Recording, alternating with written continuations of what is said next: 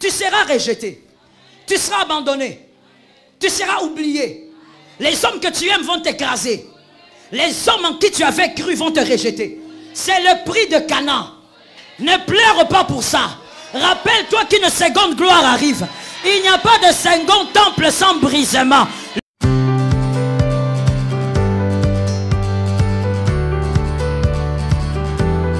Laisse sortir mon peuple parce que mon peuple a souffert. Laisse sortir mon peuple parce que mon peuple a reçu beaucoup de fouets. Il ne s'agit pas de la souffrance. Il s'agit d'une seconde gloire. Lorsque Dieu vous sort de l'Égypte, Dieu a un objectif. Dieu ne vous sort pas de l'Égypte par caprice. Il vous sort de l'Égypte par objectif. Dieu ne vous sort pas par caprice parce que le fouet de Pharaon est trop grave. Il vous sort de l'Égypte parce qu'il y a Canaan. Est-ce que quelqu'un me comprend maintenant? C'est-à-dire, Dieu n'a jamais dit à Moïse, va dire à Pharaon qu'il exagère. Il a trop fouetté mon peuple. Mon peuple est fatigué. Il ne s'agit pas ici du fouet. Il s'agit de Canaan. Lorsque le Seigneur vous sort d'une chose, ne soyez pas pressés de pleurer. Et même si vous êtes dans un confort quelconque, ne soyez pas pressés de pleurer. À chaque fois que Dieu vous sort d'un confort, c'est parce qu'il y a un deuxième qui est plus grand que le premier. Que Dieu bénisse celui qui a entendu. L'honneur, le second honneur, donc Canaan, est réservé aux adorateurs. Est réservé à ceux qui servent le Seigneur. Voilà pourquoi Dieu a dit, laissez sortir le peuple, ils doivent me servir. Laissez sortir le peuple, ils doivent m'adorer. Agé 2:9 dit ceci. La gloire de cette dernière maison sera plus grande que celle de la première, dit l'Éternel des armées. Et c'est dans ce lieu que je donnerai la paix, dit l'Éternel des armées. Qui a dit Amen? En parlant du temple, vous avez suivi le verset d'Agé, n'est-ce pas? On parle du temple. Il dit la gloire de la deuxième maison.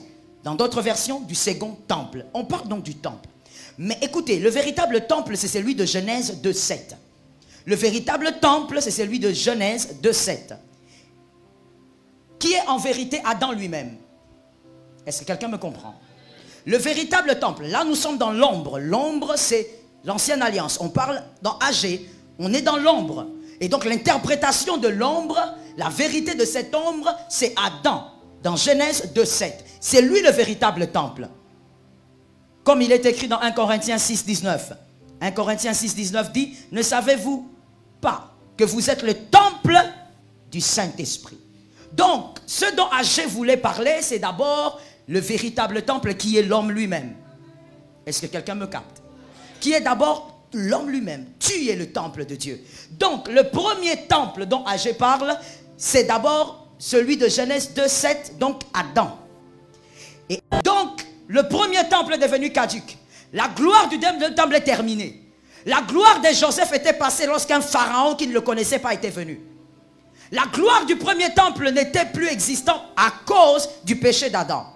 Et donc voilà ce qui se passe. Dans 1 Corinthiens 15:45, 1 Corinthiens 15:45, on parle là du second Adam. Et le second Adam, c'est Jésus. Et puisqu'il est le second Adam, il est aussi le second temple. Le second temple maintenant vient avec une autre gloire. Parce que le second est plus glorieux que le premier temple qui est Adam. Est-ce que quelqu'un me capte? Mais avant que le second temple manifeste sa gloire dans le monde, parce qu'à Jérusalem, le second temple qui est Jésus n'a manifesté sa gloire que en Jérusalem. Mais pour que sa gloire se manifeste aussi pour toi aujourd'hui, toi Congolais, il fallait que le second temple soit brisé. Il n'y a pas de seconde gloire sans que le second temple ne soit brisé. La gloire du second temple dépend aussi du brisement. Il n'y a pas un deuxième honneur sans le brisement. Il n'y a pas de Canaan sans le fouet de Pharaon. Maintenant tu comprends? Le second temple qui était Jésus était le second Adam. Il devait avoir une plus grande gloire, mais il n'y a pas cette gloire sans le brisement. Adam a amené le chaos parce qu'il avait mangé le fruit interdit. Jésus a amené la gloire parce qu'il avait été brisé. Est-ce que quelqu'un m'entend? Donc quelque part, qu'est-ce que j'ai envie de te dire? Si on te dit Exodus, On te dit qu'on va te sortir de l'Égypte parce qu'on veut t'amener à Canaan. Canaan a un prix. On ne peut pas arriver à Canaan sans recevoir le fouet de Pharaon. Aujourd'hui, on a prêché aux chrétiens, malheureusement, nous avons prêché aux chrétiens que tu vas être élevé, tu seras grand, puissant, sans dire aux chrétiens qu'on ne passe pas par là sans la souffrance. On ne passe pas par là sans l'humiliation. Oh, je n'entends pas. On ne passe pas par là sans le rejet. On ne passe pas par là sans l'abandon.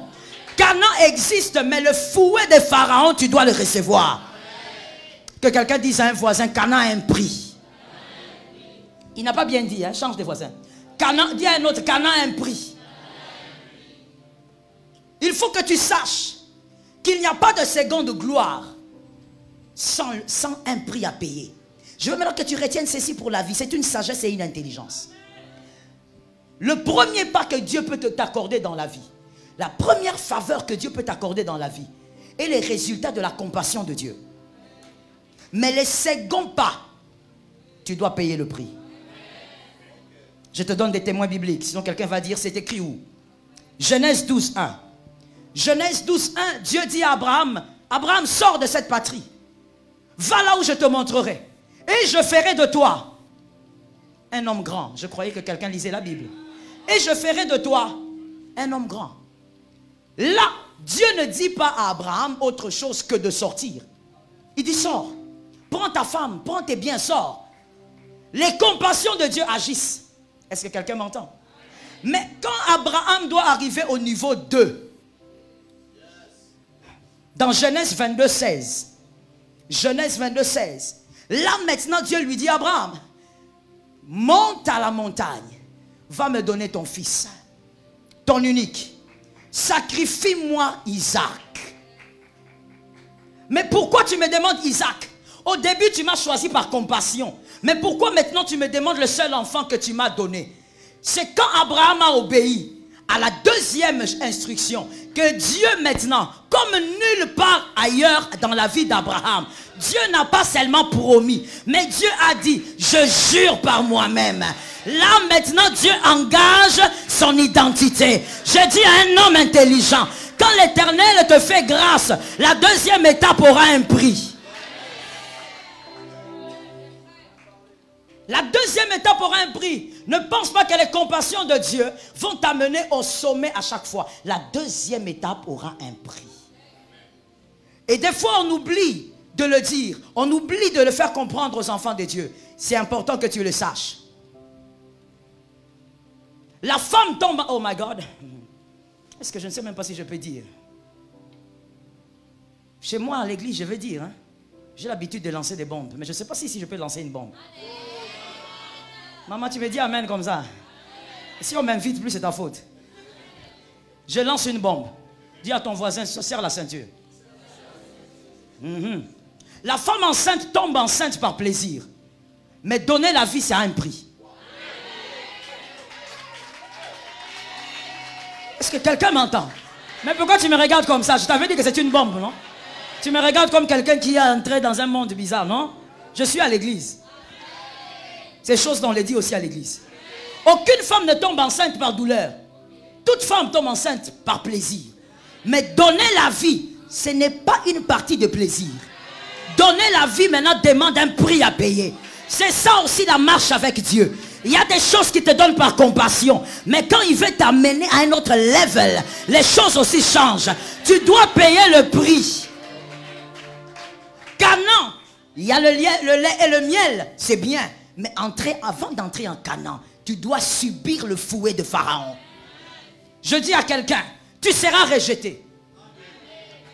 Je suis d'accord avec toi mon frère. Même si tu ne dis pas amen, c'est ça la vérité. Le problème c'est qu'on s'est mal habitué, nous les hommes de Dieu, on ne vous les prêche pas, mais c'est la vérité. Tu seras rejeté. Tu seras abandonné. Tu seras oublié. Les hommes que tu aimes vont t'écraser. Les hommes en qui tu avais cru vont te rejeter. C'est le prix de Canaan. Ne pleure pas pour ça. Rappelle-toi qu'une seconde gloire arrive. Il n'y a pas de second temple sans brisement. Le corps de Jésus doit être brisé. Quand on brisait le corps de Jésus à la croix, le diable disait, je l'ai eu, je l'ai écrasé, c'est fini, il va mourir. Ce qu'il ne savait pas, plus il flagellait Jésus, plus son nom montait. Plus il flagellait Jésus, plus son nom montait. Et finalement, il a reçu le nom qui est au-dessus. Au-dessus de tout nom. Il a reçu ce nom comment? Par le brisement. Il devait être déchiré. Il devait être cloué. On devait cracher sur lui par les hommes qu'il avait créés. Il y a quelqu'un qui dit, mais moi, j'ai nourri cet enfant. J'ai élevé cet enfant. J'ai fait étudier cet enfant. Je l'ai appris les ABC de l'évangile. Comment il me traite comme ça? Mon frère, c'est le prix à payer pour Canaan. C'est le prix à payer pour la seconde gloire. Quand tu vas vers Canaan, Pharaon doit s'élever avec le fouet. Écoute mon frère, écoute encore une autre sagesse et une autre intelligence. Si les ennemis te rejettent, si les adversaires te rejettent, la gloire de Dieu n'est pas dedans. Pourquoi? Parce que c'est ordinaire. Or Dieu n'est pas un Dieu ordinaire, c'est un Dieu de surnaturel. C'est un Dieu des choses extraordinaires. Donc, quand Dieu veut t'amener en Canaan, ce sont les amis, tes amis qui vont te rejeter. Ce sont tes amis qui vont t'humilier. Les personnes à qui tu avais révélé tes secrets, en disant que c'est mon ami, en disant que c'est mon intercesseur, ce sont ces gens qui vont te trahir dans le quartier. Mais quand ils vont le faire, toi rappelle-toi, c'est le prix à payer pour aller à Canaan. C'est le prix à payer pour la seconde gloire. Que quelqu'un dise, c'est le prix à payer. Mon frère, avec Dieu, on ne va pas de gloire en gloire dans le confort. Le confort, c'est au sommet. Mais si tu connais les montagnes où tu as vécu à la campagne, tu sauras qu'avant d'arriver au sommet, il y a la vallée. Tu n'arrives pas au sommet sans passer par la vallée. Mais la vallée, maintenant, les chrétiens, on n'aime pas. On aime seulement recevoir la bénédiction. Mais quel type de bénédiction? Même pour la manne, le peuple d'Israël dans le désert, quand il devait avoir la manne, même pour la manne, il fallait ramasser la manne et ne pas la garder jusqu'au soir. Tout a un prix. Dans quel monde chrétien tu penses que tout est gratuit? Non. Même le ciel n'est pas gratuit. Jean 3,16 existe. Quelqu'un connaît Jean 3,16? C'est le verset de l'Écodime. Le ciel n'est pas gratuit. Voilà pourquoi Jean 3,16 même dit, quiconque croira. C'est-à-dire qu'il faut bien faire quelque chose. Pour arriver à la seconde gloire, sortir de l'Égypte, c'est pour Canaan. Mais avant de sortir, il faut subir Pharaon. Est-ce que quelqu'un m'entend? On ne peut pas vouloir Boaz comme on a reçu Kiljon. Moi, j'ai du mal à raconter les histoires bibliques. Hein. Avec moi, il faut lire la Bible. Je vais seulement commencer à citer et toi, tu dois naviguer dans la Bible. On ne peut pas avoir Boaz comme on a eu Kiljon. Je suis avec qui? Ruth. Ruth a eu Kiljon, le premier mari, à Moab. Peut-être que Kiljon a regardé une belle Moabite. Il a dit, oh, moi j'aime cette femme. Elle a des jolis mollets. Elle a des jolis cheveux. Elle a une belle taille. Moi j'aime cette femme. Et Kiljon l'a épousée. Mais après quelque temps, la Bible dit que Kiljon est mort. Elle est restée une jeune veuve. Et finalement, elle décide de rester avec Naomi. Elle part avec Naomi. Mais pour que Boaz rencontre Ruth, il ne fallait pas être belle. Il ne fallait pas avoir une belle taille. Il ne fallait pas avoir des brésiliennes sur la tête. Mais il fallait glaner. La Bible dit c'est en glanant que Boaz a vu. Il dit, qui est cette femme qui glane dans mon champ? Avec Kiljon, Ruth n'a pas travaillé. Mais pour avoir Boaz, il faut travailler.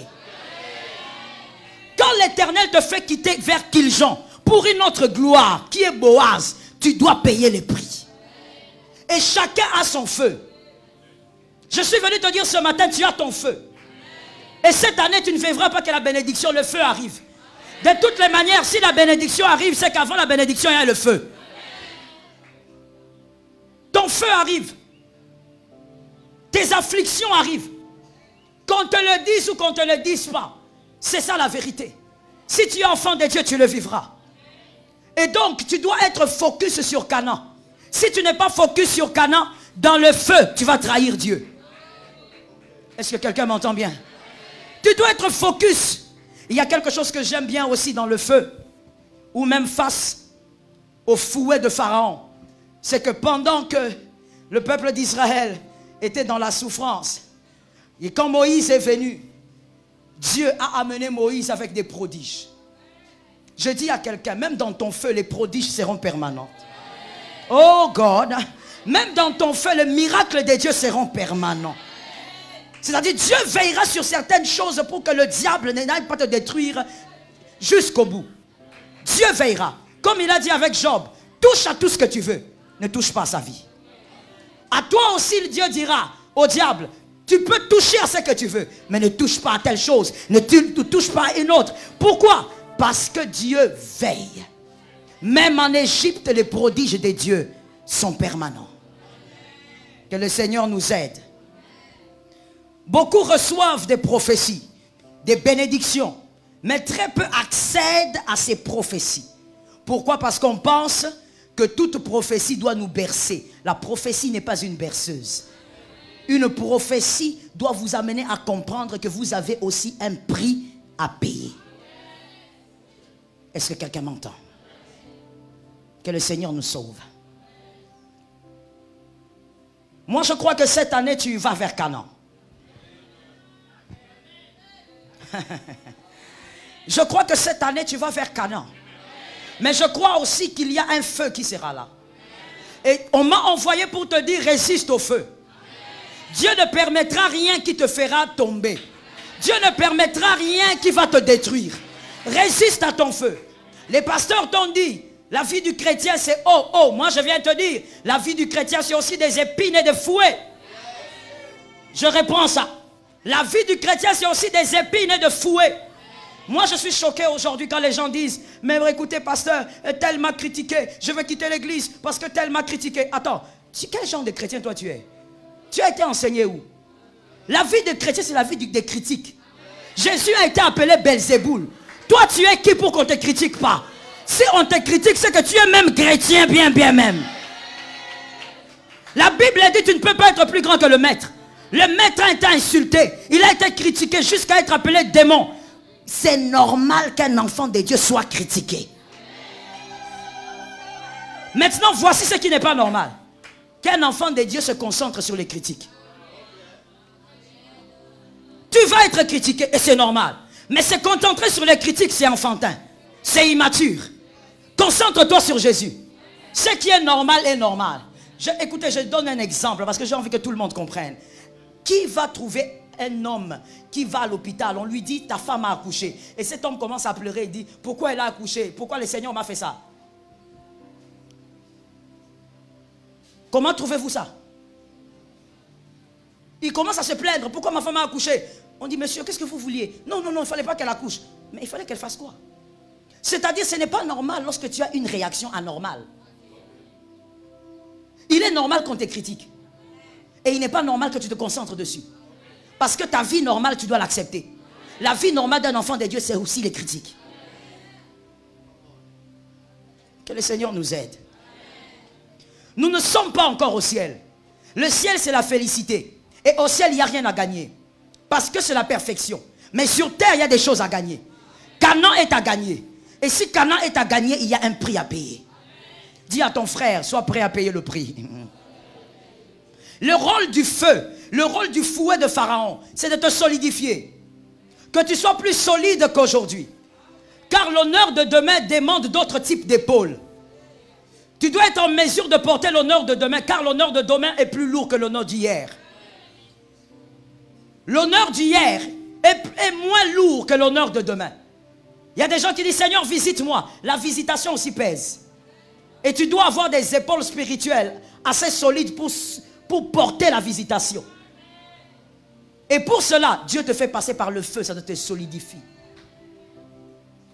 Sors de cette attitude que lorsque tu passes par ton feu, tu fuis l'église. Tu te décourages. Tu te plains. Ma vie, ça ne va pas. Mon frère, c'est normal que tu passes par ton feu. Et même quand tu passes par ton feu, ne cherche pas les hommes, cherche Dieu.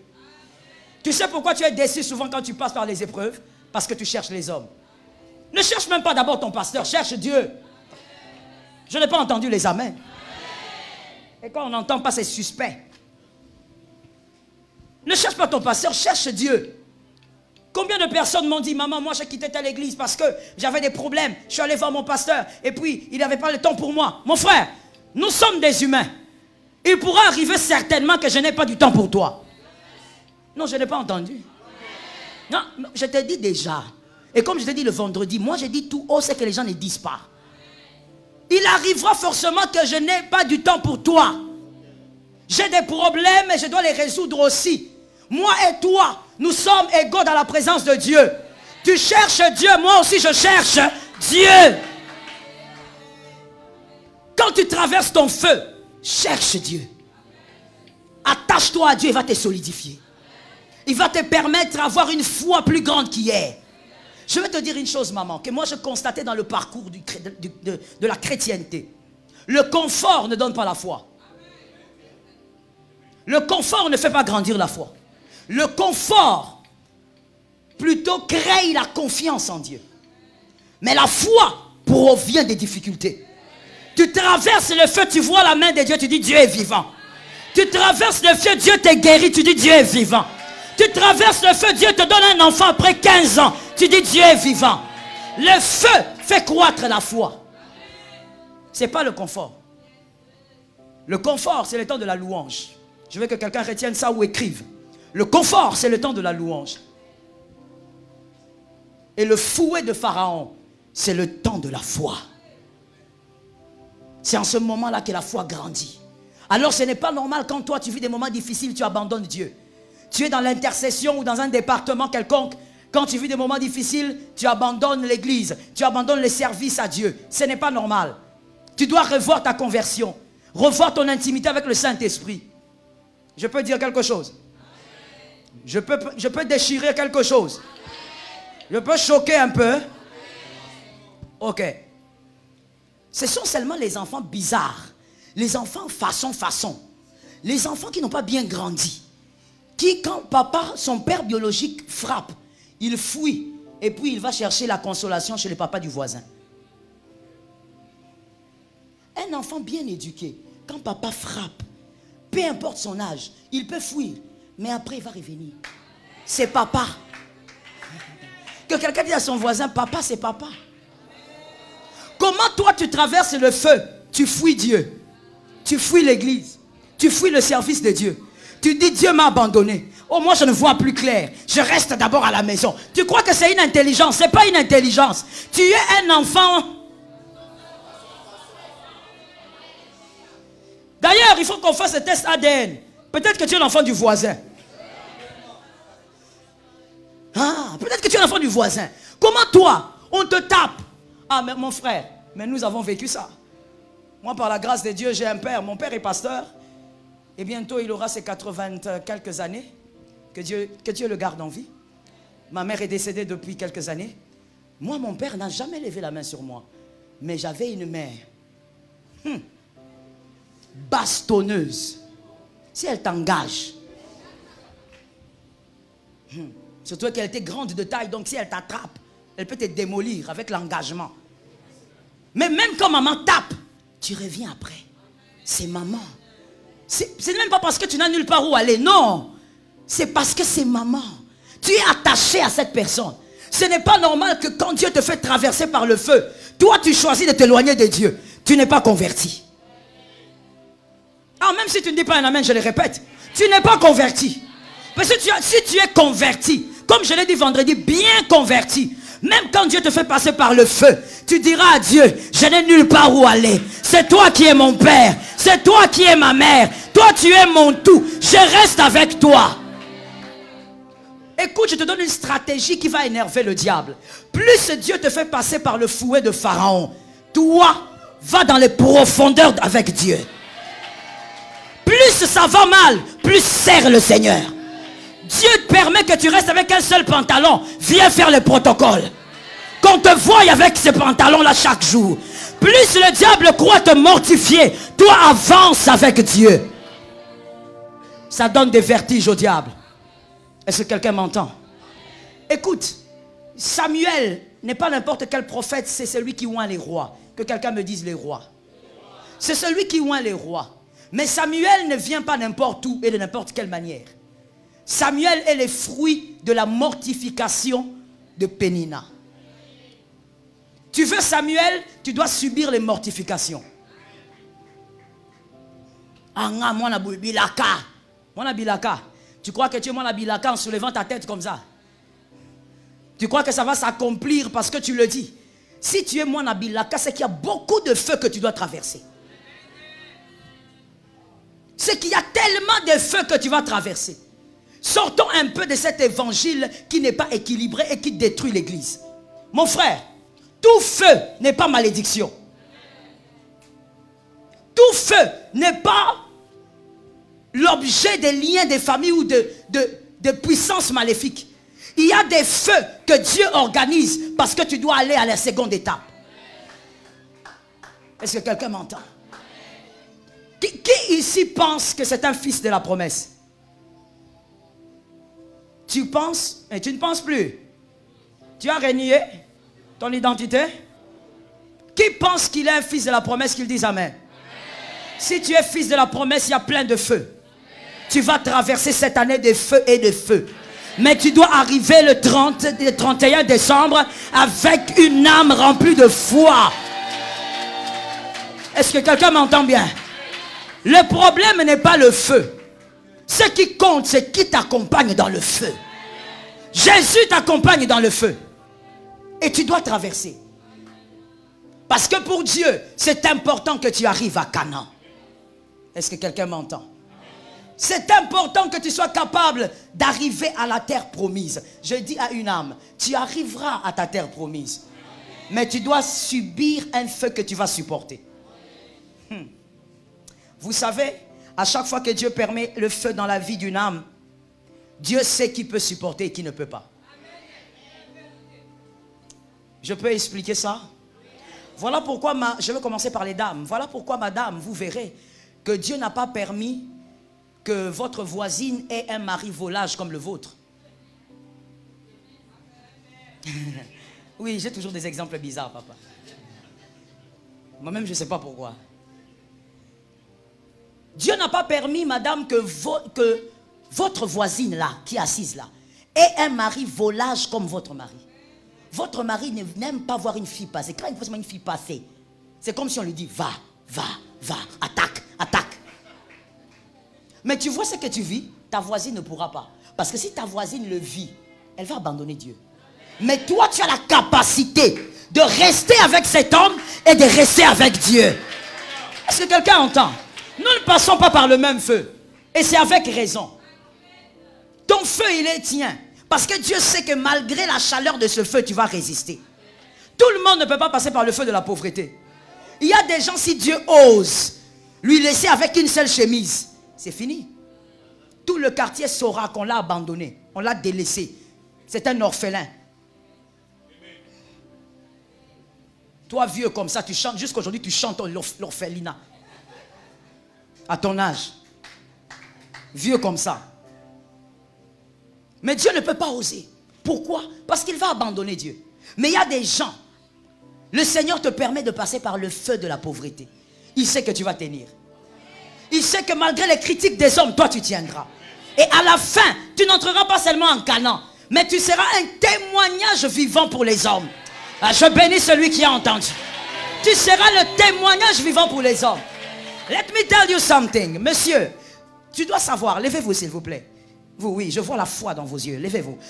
Laisse-moi te dire une chose, tu sais, Jésus est venu sur terre. Il a opéré pendant 3 ans et demi. Il ne viendra plus opérer de cette manière sur terre.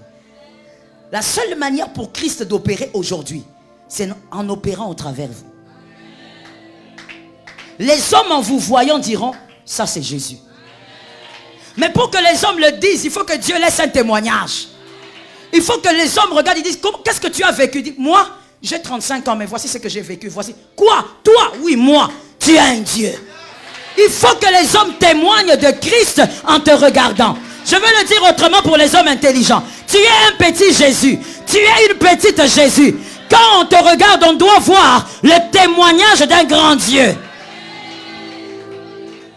Le feu, ce n'est pas seulement pour te solidifier, mais c'est aussi pour faire de toi un testimony, c'est-à-dire un témoignage. Un témoignage vivant. Quand on te regarde, vous savez, avant que moi je ne prie pour ma belle-sœur, qui vit aux États-Unis, avec son mari, donc mon frère, je savais, puisque je suis né, comme je dis, je suis né dans les versets bibliques. Je suis né dans la chrétienté. Je savais que Dieu est un Dieu des miracles. Mais je n'avais pas encore touché la dimension du Dieu qui peut donner à une femme qui n'a pas de trompe. Arracher, on a arraché ça. Pendant l'adolescence. Parce qu'elle était blessée. Elle avait été engrossée par un homme, sa famille était blessée, on l'a arraché ça. On l'a arraché les trompes à 18, 19 ans. Mais je ne savais pas. Je n'avais pas palpé le fait que Dieu était capable de donner à une femme qui n'a pas de trompes. Je suis en train d'aller. Pas que les trompes se sont abîmées. Non, non, non. On a enlevé. On dit, elle a dit enlevez ça. Cet enfant m'a tellement blessé, on m'a rejeté dans la famille. Enlevez ça que je vive comme ça. On enlève. Mais par la prière. Une fois d'ailleurs, tu sais, j'avais tellement prié. On avait tellement prié en famille. Ça faisait 7, 8 ans, 10 ans. On était fatigués. Un jour, je prie, je dis, Seigneur, on est fatigué. Mais et puis, papa, je ne veux plus prier. Le Seigneur m'a dit, si tu ne pries pas, c'est toi qui perds. J'ouvre une parenthèse pour dire, arrête avec ces genres de prières là. Mais ceux qui ont salité n'a tiki, c'est toi qui perds. Dieu ne perd rien. Tiki, vous avez ventilé. God, vous avez ventilé. Vous avez impoli. Impoliment, impoli spirituellement. C'est à papa que tu dis au tiki. C'est toi qui perds. Dieu m'a dit, si tu ne pries plus, tu perds. J'ai dit, Seigneur, invoquons ton nom alors. On a continué à prier. Notre belle-sœur est tombée enceinte. On a dit miracle. On avait essayé in vitro. Je dis c'est aux États-Unis, c'est pas ici. On a essayé toutes les méthodes, ça ne marche pas. Ça n'a pas marché. Plus de 10 ans. Elle tombe enceinte. On a dit elle est enceinte, elle est enceinte. Intercession. Seigneur, que ça reste. Intercession. Qu'elle aille faire l'échographie. Elle est tellement traumatisée. Parce qu'elle a eu cet enfant à un âge très avancé. Mon frère est né à 60 ans. Oui. Donc sa femme a fait cet enfant à un âge très avancé. Elle a dit non, non, non. Je ne veux même pas aller à l'échographie. Je ne veux pas écouter les mauvaises nouvelles. On a continué à prier. Je dis Seigneur, soutiens nos âmes. Qu'on ne pleure pas après ça. Ne nous fais pas goûter la grâce. J'ai envie de dire à quelqu'un, Dieu ne fait pas goûter la grâce. Quand Dieu veut faire grâce, il fait grâce. J'ai pitié de toi, tu as rêvé pendant un moment. Je dis quand Dieu veut faire grâce, il fait grâce. Il ne te fait pas goûter la grâce. Dieu n'a pas de goûteurs. Dieu n'a pas de goûteurs. Tu connais les goûteurs? Ce sont des personnes qui goûtent les repas avant que le roi ne mange. Dieu n'a pas de goûteurs. Dieu, lui, quand il veut te donner un repas, il te le donne. On a attendu. Elle est allée accoucher. Le jour où elle est allée accoucher, quelle intercession. Personne ne te dira, prie. Frère, tu vois quand tu dors à la veillée, c'est parce que tu n'as pas encore se touché. Le jour que Dieu va te faire quelque chose qui nécessite la prière, la veillée là, personne ne va te demander de ne pas dormir. On a prié, Seigneur soutiens. Après un moment, il appelle toute la famille, il dit, elle a accouché. On dit, gloire à Jésus. Comment s'appelle l'enfant? Il dit, l'enfant? Mais non. Il n'y a pas l'enfant. Non, il n'y a pas deux, maman. Il n'y a pas deux. Il n'y a pas trois. Il y a 4. Jésus, le Dieu des miracles, le Dieu qui accomplit des prodiges. Ce Dieu ne fait pas goûter la grâce. Il donne la grâce aux gens qui, évidemment, qui ne méritent rien. Ce jour-là, j'ai su que Dieu fait toucher aux hommes les miracles. Si quelqu'un comprend. Frère, ce jour-là, j'ai appris. Je vais te donner une phrase bizarre. J'ai appris à aimer les épreuves. Parce que j'ai compris qu'à chaque fois que Dieu m'éprouve, il me donne une couronne à la fin. Il me donne une couronne qui va faire acclamer les hommes. Mon frère, cette histoire a été écrite même dans les journaux. Si tu vas sur internet, si tu tapes, peut-être même que tu vas trouver ça. Ça a été écrit dans les journaux. Il y a des hommes qui sont venus de toute race, qui ont dit, nous prenons en charge les études de ces enfants jusqu'à l'université.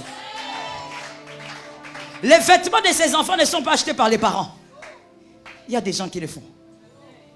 3 garçons et une fille. Lorsque Dieu te fait traverser l'épreuve, il t'amène en Canaan et personne ne peut interpréter ton Canaan. Laisse-moi dire à quelqu'un ceci. C'est que le prophète t'a révélé, c'est petit. Tout ce qu'un prophète t'a révélé par rapport à ta vie, c'est petit. Aucun prophète ne peut interpréter ton Canaan. Ton Canaan est glorieux. Ton Canaan est puissant. Ton Canaan est redoutable. Les hommes, oh God, I'm talking to somebody. Ton Canaan est redoutable. Ton Canaan va faire acclamer les hommes. Ton Canaan va faire célébrer les hommes. Ils diront le Dieu de cet homme, le Dieu de cette femme, malgré le feu, tiens bon. Ne laisse personne te décourager. Attention avec ces gens-là qui viennent vous dire, comment depuis tout ce temps tu es toujours comme ça? Je suis comment? Comment depuis que tu pries chez le prophète, tu es toujours comme ça? Je suis comment? Je suis en train de traverser mon feu. Et après mon feu, je vais posséder mon Canaan. Je peux parler? Papa, donnez-moi une chaise. Je vais te dire une chose. Dans l'épreuve, ça aussi je l'ai appris dans le parcours. Dans l'épreuve, lorsque ton Canaan t'attend, ça c'est Canaan. Dieu va permettre, gravement d'ailleurs, que certains hommes, comme je t'ai dit, les hommes en qui tu avais cru, te lâchent. Parce qu'il y a des hommes qui t'aiment aujourd'hui, mais s'ils arrivent avec toi en Canaan, ils vont se battre pour la même chaise que Dieu te donne. Je le dis autrement pour les hommes intelligents. Il y a certaines amitiés qui sont aujourd'hui, ce sont des amitiés de pauvreté. Permettez les termes. Ce sont des amitiés parce que tu n'as pas encore eu ce que Dieu t'a promis. Le jour où tu deviens l'homme que Dieu t'a promis, le même ami là ne va plus te supporter. Alors avant que ça n'arrive, Dieu l'éloigne déjà. Et toi, si tu n'es pas révélé, tu vas pleurer. Comment ma copine m'a abandonné? Comment mon ami m'a laissé? Non, Dieu l'a éloigné parce que son cœur ne va pas supporter le Canaan qui t'est réservé. Ah, je prophétise sur toi que l'Éternel t'aide à être solide, que l'Éternel t'aide à comprendre les choses spirituelles. Arrive en Canaan avec les hommes que Dieu va te donner. Let me say something. Toujours dans la même dimension. Tu sais pourquoi David, quand il fouillait Saül, Dieu ne lui a pas donné des hommes forts. David est parti comme ça, fouiller comme ça en désordre. Dieu ne lui a pas donné des hommes forts. Parce que si Dieu lui avait donné des hommes forts, ces hommes allaient lui dire, David, ce trône n'est pas pour toi seul. Lorsque tu fouillais Saül, nous on était plus forts que toi. Et on s'est battu avec toi. Donc nous devons aussi partager. Mais voici ce que Dieu fait. Dieu permet que David sorte seul. Et la Bible dit à un moment donné, David a rassemblé autour de lui des hommes de rien. La Bible les appelle même des hommes de rien. C'est-à-dire qu'ils étaient rien, ils n'avaient rien. La Bible décrit en disant qu'ils étaient des hommes endettés. Ils ont fui même leur village ou pays à cause des dettes. Des hommes de rien dans la société. David les a récupérés. David a dit, ces hommes de rien, qu'ils restent avec moi. Mais après quelques années, les mêmes hommes ont été appelés les vaillants de David. C'est comme ça que jamais ces hommes n'ont envié la gloire de David. Est-ce que quelqu'un m'entend? Des fois dans l'épreuve, des fois dans le feu, il y a des hommes que le Seigneur va éloigner de vous. Pourquoi? Parce que son cœur est bon aujourd'hui. Parce qu'ici il y a des chaises rouges. Lorsqu'il n'y aura plus de chaises rouges ici, et qu'il y aura la climatisation ici, son cœur change. Il est bon aujourd'hui. Il est un ami de 2020. Mais il ne pourra pas être un ami de 2022. À cause de ce que Dieu fera avec toi en 2022. Son cœur ne va pas supporter ce qu'il va voir. Voilà pourquoi toute séparation n'est pas à pleurer, à se plaindre. Consulte Dieu. Consulte celui qui écrit ton histoire. Il y a des gens, si tu les gardes à côté de toi, est-ce que je peux parler? Je parle, hein? Maman, encourage-moi de ce côté. De ce côté ici, je ne sais pas. Encourage-moi ici. Il y a des gens même que Dieu va éloigner de toi aujourd'hui. Alors que c'est quelqu'un avec qui tu as fait vraiment une longue marche. Parce que cet homme-là, c'est un Joab. C'est un Joab. Celui qui n'a pas aimé David n'aimera pas Salomon. J'entre maintenant là où ça blesse et supporter les blessures. On va te penser par le Saint-Esprit. Celui qui n'a pas aimé David n'aimera pas Salomon. David lui-même dit à Salomon, Salomon mon fils, je te parle par sagesse. Tu connais Joab? Tu sais ce qu'il m'avait fait? Je te donne un conseil gratuit. Ne le laisse pas mourir en paix. Parce que David savait que celui qui n'a pas aimé le père n'aimera pas le fils. Il y a des gens que le Seigneur éloigne aujourd'hui de toi. Parce que dans ton Canaan, ton fils aura une autre gloire. Mais il va combattre ton fils. Il ne doit pas être là. Est-ce que quelqu'un m'entend? Celui qui voit le lendemain, c'est celui qui classifie, qui organise même ton entourage. Il va combattre ton Salomon. Et Dieu donc crée une atmosphère, crée quelque chose. Oh God. Même lorsque tu vois quelqu'un te trahir. Oh, moi j'ai vécu beaucoup de trahisons. Que ce soit dans les ministères ou en dehors. Beaucoup. Mais dans le parcours, j'ai compris que la trahison rend mature. Ça rend mature. Celui qui n'a jamais été trahi va jouer avec l'homme. Moi, je ne joue pas avec le cœur de l'homme. Parce que j'ai été trahi plusieurs fois. Et je sais comment le cœur, quand un cœur est noir, je sais voir que, oh, il est bandit. Il est bandit. Je donne un exemple banal. Est-ce que je peux aller? Est-ce que je peux aller? Même en désordre, on peut partir. Toi, tu vois Papa Yann prêcher ici. Tu vois seulement un être là qui est dans la salle. Donc, toi, c'est lui qui est dans la salle là. Il fait quoi? Il intercède pour le prédicateur ou bien... Ça veut dire que le prédicateur prêche. Mais lui, il est là-bas en train de gonfler. Si c'est dans l'église que je dirige, je te recadre directement. Parce que ton cœur commence à avoir un problème. Et quand on va à Canaan, Dieu ne permet pas aux hommes qui ont des cœurs à problème d'entrer en Canaan. Mais lis ta Bible, il n'y a que Jacob, et il y a plutôt que Caleb et Josué qui sont entrés. Pourquoi? Je vais maintenant pour finir ma prédication. Pourquoi ce peuple qui a subi le fouet de Pharaon, le peuple qui a supporté le fouet de Pharaon, qui a vécu aussi les miracles, le miracle avec Moïse dans le désert face à la mer Rouge, mais pourquoi ce peuple n'est pas entré? Voici la raison. Parce que ce peuple avait contracté des alliances interdites. Lorsqu'on traverse l'épreuve, lorsqu'on est enfant de Dieu, il faut savoir qu'il y a des alliances interdites à ne pas avoir. Je suis d'accord. Moi j'ai l'habitude de dire, même quand la prédication, tu sens vraiment que ça te concerne de A à Z. Bénis le Seigneur parce que le Seigneur t'aime, il veut te guérir. Et donc quand c'est toi, il faut même dire des amens parce que tu dis, Seigneur, guéris-moi là. Je répète ce que je disais. Peuple d'Israël, vivez votre exodos. Ils sont sortis. Ils ont supporté le fouet de Pharaon. Ils ont enduré les horreurs de Pharaon. Ils ont vu les miracles de Moïse. Mais pourquoi ils ne sont pas entrés? Apparemment, ils avaient respecté toutes les étapes.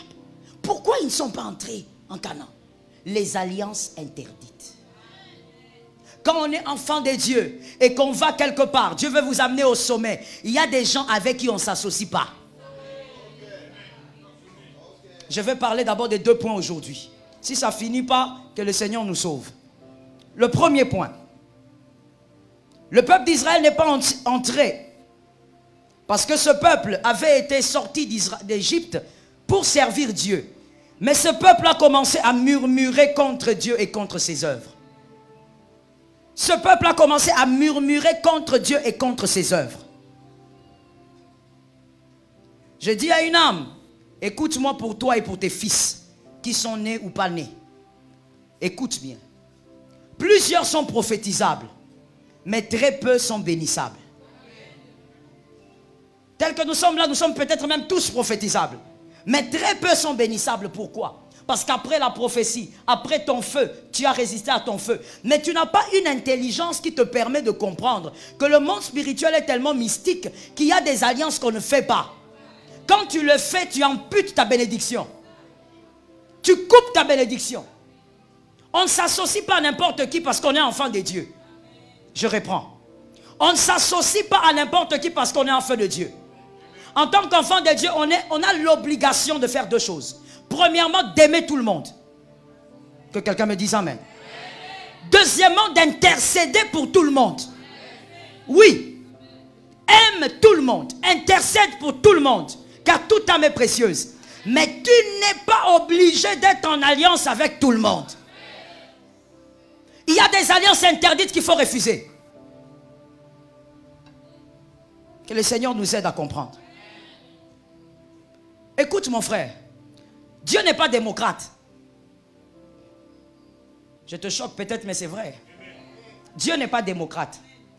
La première personne et la seule qui avait osé dire Ngana Lola na osala ki fayulu to ki FCC. Opposition. Bakomi ba opposante. Bakomi ba opposant. FCC. Ceux qui sont problème, ceux qui sont partis, on a problème. Je ne suis pas contre. On a opposant. Ça veut dire la seule personne qui avait osé faire ça au ciel.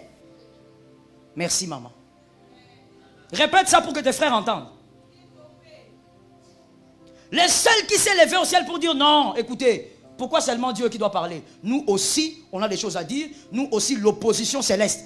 Opposition quoi? Dieu l'a pris, l'a jeté. Il n'y a pas d'opposition là-bas. Dieu n'est pas démocrate. Il te donne le libre arbitre. Tu es libre de choisir et de faire ce que tu veux. Mais dès que tu adhères au royaume de Dieu, tu n'as pas le droit de murmurer contre Dieu et contre les œuvres de Dieu. Tu murmures dessus en tant qu'enfant. Voilà pourquoi moi j'ai l'habitude de dire, nous Congolais, on aime prier. On a des églises partout. C'est bien. Mais pourquoi nous chrétiens, nous sommes ce que nous sommes? Parce que nous prions, mais nous ne touchons pas bien les choses. Tu pries, tu prophétises, tu évangélises. Mais tu n'as pas encore su jusqu'à aujourd'hui qu'il y a des alliances qu'on ne contracte pas. Il y a des choses qu'on ne fait pas. Quand tu es enfant de Dieu, tu ne peux pas murmurer contre Dieu et contre ses œuvres. Les œuvres de Dieu, il y a l'église locale, mais il y a aussi ses serviteurs. On ne murmure pas contre celui qui a été envoyé. Myriam a murmuré contre Moïse, elle a eu la lèpre. Alors que c'était son petit frère. Je reprends. Alors que c'était son petit frère. Moïse était le petit frère de Myriam. Mais quand elle a murmuré, Dieu l'a frappé. Parce que quand tu murmures même contre l'envoyé de Dieu, tu es en train de dire à Dieu, Seigneur, tu n'as pas bien réfléchi. Cette personne ici n'est pas digne. Donc en réalité, entre lui et toi qui n'est pas intelligent, j'explique ça simplement et humainement parlant. Parce que la Bible dit, même la nature nous enseigne. Si moi j'envoie mon frère, j'ai dit mon frère, allez chez telle maman, demandez-lui de vous donner son téléphone. Monsieur arrive là-bas et puis la maman dit je ne donne pas. En réalité, l'autorité de qui a été zappée? De qui? De mon autorité. Ce n'est pas son autorité. Lui, il n'est qu'un envoyé. Les hommes de Dieu que tu vois ici ne sont que des envoyés. Moi, je les appelle autrement. Ce sont les esclaves de Jésus. Donc, quand tu murmures contre eux, tu n'as pas murmuré contre l'homme. Tu as dit à celui qui l'a envoyé. Comment tu réfléchis pour envoyer quelqu'un comme ça? Regarde maintenant là où la malédiction arrive. Là où nous sommes prophétisables mais pas bénissables. On a prophétisé mais nous faisons des choses dans l'immaturité. Frère, la vie chrétienne demande la maturité, la sagesse et l'onction. Dans l'immaturité, tu vas murmurer des choses que tu ne maîtrises pas. J'ai l'habitude de dire, ce que tu n'as pas compris, tu le comprendras demain. Nul besoin de murmurer aujourd'hui. Est-ce que quelqu'un m'entend? Le peuple d'Israël n'est pas entré, ils ont commencé à murmurer contre Dieu. Ils ont oublié le Dieu des prodiges. Ils ont commencé à murmurer même pour le manger. Je vais ouvrir une parenthèse en disant ceci. En parlant de l'envoyé, du ministre de Dieu. Un ministre de Dieu que Dieu vous donne. Parce que comprenez que vous n'avez pas un pasteur par votre volonté. Le pasteur est donné par Dieu. Dieu vous positionne par rapport à cet homme-là. On ne choisit pas un père biologique. Et on ne choisit pas aussi un père spirituel. C'est Dieu qui canalise les choses et qui vous envoie là-bas. En réalité, vous avez été greffé avant même la fondation du monde. Les amens m'inquiètent. Tu es visiteur ou tu es fidèle d'ici? Je vais un peu comprendre parce que là, je suis un peu dans l'insécurité. C'est Dieu qui établit, mais c'est Dieu aussi qui te greffe à un homme de Dieu. Selon ta destinée. Est-ce que quelqu'un m'entend bien? Selon ta... Joab était avec David parce que David était un guerrier. Et Joab était un très grand guerrier. Joab ne devait pas être avec Salomon. Lui était un homme de guerre. Son leader devait donc être aussi un homme de guerre. Dieu te greffe à un homme de Dieu selon ta destinée. Voilà pourquoi tu n'es pas à l'œil de Jésus, tu es ici. Si tu vas à l'œil de Jésus, même s'il y a le confort, même s'il y a la clim, tu ne vas jamais t'épanouir parce que ta destinée n'est pas connectée à cet homme-là. Voilà pourquoi les hommes, les personnes, les poissons, comment je vais les appeler? Supportez ça, hein? Les poissons aquarium.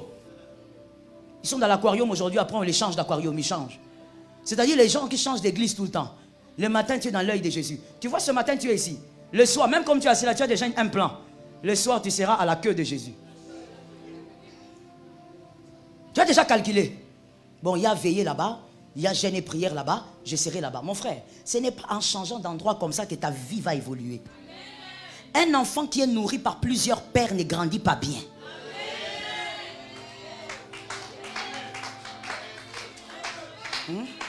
Même une mère intelligente, je parle maintenant d'une mère qui est dans une maison. Une mère intelligente ne peut pas accepter que ses enfants soient nourris par plusieurs mains. L'enfant ne va pas bien grandir. Dieu te greffe, c'est important que tu comprennes ça. Dieu te greffe à un homme de Dieu, ce n'est pas toi qui as choisi.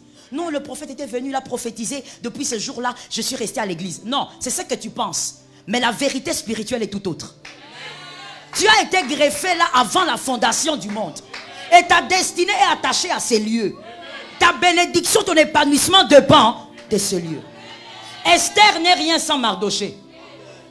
Alors, j'entends l'ange me dire quelque chose. Laisse-moi te dire ça. Écoute, Mardoché n'est qu'un portier. Mardoché, ce n'est pas un ministre. Mardoché, ce n'est pas le conseiller du roi. La Bible dit qu'il était un portier. Il ouvrait la porte et il fermait. Portier. Mais Esther ne sera jamais reine sans ce portier. Il y a des gens ici. Vous êtes millionnaires. Hein? Vous... peu de foi, homme de peu de foi. Vous êtes millionnaire. Peut-être que Louis ne sera jamais millionnaire. Mais même là, il reste le père parce que c'est par son onction que la destinée s'épanouit. Moi, j'ai ma seconde fille. Ma seconde fille, elle a à peine 12 ans. Elle est plus grande que moi, de taille. Donc quand elle vient là pour me parler, elle me regarde comme ça. Et je lui dis, il ne faut pas me regarder quand tu me parles. Parce qu'elle me regarde comme ça. Maman, je dis, tourne ta tête là-bas. Mais elle n'a que 12 ans. Mais même si elle est plus grande, c'est maman. Même si Dieu fait de toi, je ne sais pas, le président de cette nation, le père spirituel, c'est le père. C'est par lui que tu arrives à cet endroit-là. Pourquoi au Congo on a des églises bondées, mais très peu de gens sont épanouis? Tu vas demander 100 $ comme ça, tu as du mal pour que 2 personnes sortent. Tu n'arrives pas, frère, est-ce qu'on peut parler? Toi et moi, est-ce qu'on peut parler? Non, je vais d'abord parler au frère, maman. Balek ici. Toi et moi, frère, on peut parler. Regarde l'âge que tu as. L'âge que tu as dans d'autres pays, tu as une maison, tu as des enfants, tu as même des entreprises. Mais toi, tu as du mal à me donner même 5 $, mon frère. Mais tu es à l'église tous les jours, tu montes à la montagne tous les jours. La montagne, là, a déjà pris ta photo de toi. La montagne te connaît tellement. S'il y avait des caméras, la montagne allait sortir des caméras. Mais regarde, tu manques même 5 $ à donner à l'église. Le problème, c'est quoi? On est dans les prières, on est dans les retraites, mais on ignore la sagesse divine. Tu ne peux pas évoluer avec des mauvaises alliances. Tu ne peux pas évoluer en murmurant l'œuvre et en murmurant sur Dieu. Tu ne pourras pas évoluer. Tu seras toujours là à l'église, manquant 5 $. C'est pourquoi moi j'ai l'habitude de dire, ne viens pas me donner ta tête tout le temps ici. Avant de me donner ta tête, commence d'abord à donner ton cœur à Dieu pour que tu comprennes les choses divines. Tu murmures contre celui que Dieu t'a donné pour l'épanouissement. Comment tu vas évoluer? Ce peuple est mort dans le désert à cause des murmures. Ça, c'est la première chose. Ce peuple est mort là. Tu sais, des fois, il y a des gens qui me disent, maman, est-ce que tu es sûr que toutes ces personnes-là qui ne connaissent pas le Seigneur, Dieu va vraiment les envoyer en enfer? Je dis, bon, mais lisez la Bible. Tout un peuple d'Israël englouti dans la terre. Dieu était où? C'était un grand peuple, ce n'était pas un petit peuple. Dieu a ouvert la terre et ils sont entrés, ils sont morts. Connaître les principes divins va te délivrer de la mort. Est-ce que quelqu'un m'entend? Je vais dire une chose encore. Sur toi qui as un père spirituel ou un pasteur. Un homme de Dieu que tu comprends n'est pas le tien. Il faut changer d'église. Un homme de Dieu que Dieu t'a donné. Parce que c'est Dieu qui donne. Même si tu crois que tu l'as choisi, tu ne l'as jamais choisi. Un homme de Dieu que tu comprends. Ça veut dire que tu comprends sa faisabilité. Tu comprends tout ce qu'il fait par rapport à ta vie, par rapport à l'œuvre de Dieu. Si tu comprends tout, cet homme de Dieu n'est pas le tien. Change d'église. Je prends la permission, je me permets de le dire du haut de cette chaîne. Change l'église. Si tu comprends tout ce que cet homme fait dans ta vie et dans cette église, change. Parce que l'homme de Dieu que Dieu te donne, tu ne dois pas le comprendre. Lorsque Moïse était avec le peuple d'Israël, quand il levait le bâton, on ne comprenait pas. Nous, on veut nous attaquer par les Égyptiens. Cet homme lève les bâtons. Qu'est-ce qu'on va faire avec les bâtons? Or, le miracle est dans le bâton. Jésus, un aveugle, vient. Il dit, je veux voir. Tu veux voir? Jésus prend la boue. Ah, papa, la boue, ça abîme les yeux. Mais Jésus met la boue. On ne le comprend pas. Un homme de Dieu, quand Dieu te le donne, tu ne comprendras pas toujours. Mais tu n'es pas là pour comprendre. Tu es là pour avancer. Le jour où tu le quittes, c'est le jour où il élève un autre nom que le nom de Jésus de Nazareth. Si un autre nom est élevé que le nom de Jésus, ce jour-là, frère, change d'église. Est-ce que quelqu'un m'entend bien? Fais attention à ce que tu dis. Dis à ton voisin, je sens qu'il y a des gens qui sont dérangés, alors je suis contente, ma prédication marche. Dis à un voisin, dans la vie chrétienne, on ne parle pas de tout. Un homme intelligent, c'est celui qui ne parle pas de tout. Un homme intelligent et mature, c'est celui qui sait que dans la vie, il y a des choses qui ne doivent jamais sortir de sa bouche. Je donne un exemple banal. Je rentre dans la nature. Ton père, tu constates que ton père, ta maman est vivante, mais tu constates que ton père trompe ta mère. Et tu sais que ton père trompe ta mère avec la petite fille là qui est dans les quartiers. Toi, tu vas aller comme ça chez papa, dis papa, arrête un peu de tromper maman. Ou tu vas voir maman, tu vas dire maman, papa te trompe. Si tu es mature, tu ne feras pas ça. Tu vas fermer ta bouche. Et tu vas commencer à prier pour que le Seigneur fasse grâce. Il y a des choses pour lesquelles on ne parle pas. C'est malséant. Parler, murmurer contre le Seigneur, c'est malséant. Murmurer contre l'œuvre de Dieu. Toi, tu es seulement devant l'église, à commencer à critiquer l'église. Oh, l'église, il fait chaud. Toi, tu as donné combien? Tu as donné combien pour qu'il y ait la climatisation ici? Moi-même, là, je transpire. Est-ce que je me plains? Oh, comment l'église, il y a toujours ces tolls-là. Hein? Ces tolls-là. On avait donné l'argent. Tu as donné combien, mon frère? On se connaît. Tu as donné combien? Surtout cette affaire d'enveloppe-là, comme ça trompe. Tu vois quelqu'un passer, prendre l'enveloppe. Ouvrez dedans. 200 francs. C'est comme le secret des gros cadeaux dans le mariage. Les gens qui ont la stratégie bizarre d'amener des gros cadeaux, bien emballés, mais dedans, stylo. Mais tu es là devant l'église en train de critiquer.